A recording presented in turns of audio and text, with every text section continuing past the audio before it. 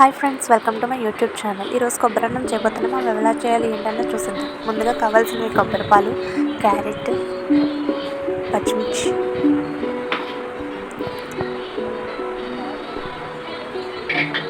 ఉల్లిపాయలు సన్నగా కట్ చేసుకోవాలి. ఉల్లిపాయలు, పొటాటోస్ 2 పొటాటోస్ అయితే సరిపోతాయి.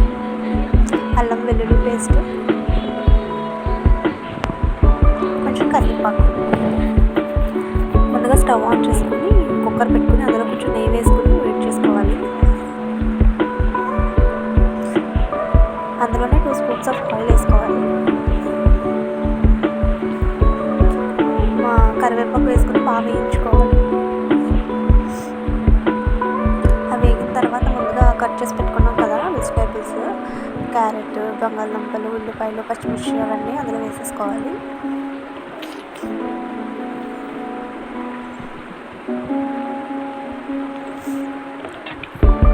అందులో వేసుకున్న తర్వాత నాకు తగినంత ఉప్పు వేసుకుని బాగా మిక్స్ చేసుకోవాలి.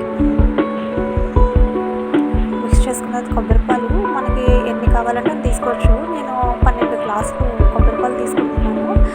అలాగే మిక్స్ చేసుకున్న వెజిటేబుల్స్లో 2 స్పూన్స్ అల్లం వెల్లుల్లి పేస్ట్ వేస్తున్నాను.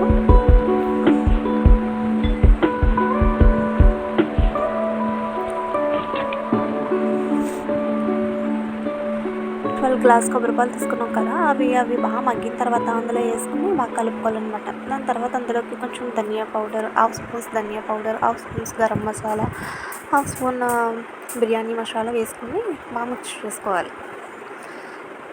తర్వాత మనం 12 గ్లాసుల కొబ్బరిపాలు తీసుకున్నాం కదా, దానికి ఒక 6 గ్లాసులు రైస్ వేసుకుంటే సరిపోతుంది. సేమ్ గ్లాస్తో వేసుకుని బాగా కలుపుకొని దాని మీద కొంచెం కొత్తిమీర చల్లుకొని మూత పెట్టేసుకుని కుక్కర్ 2 విజిల్స్ వచ్చిన తర్వాత ఓపెన్ చేసుకుంటే సరిపోతుంది. అంతే ఫ్రెండ్స్, కొబ్బరి అన్నం రెడీ.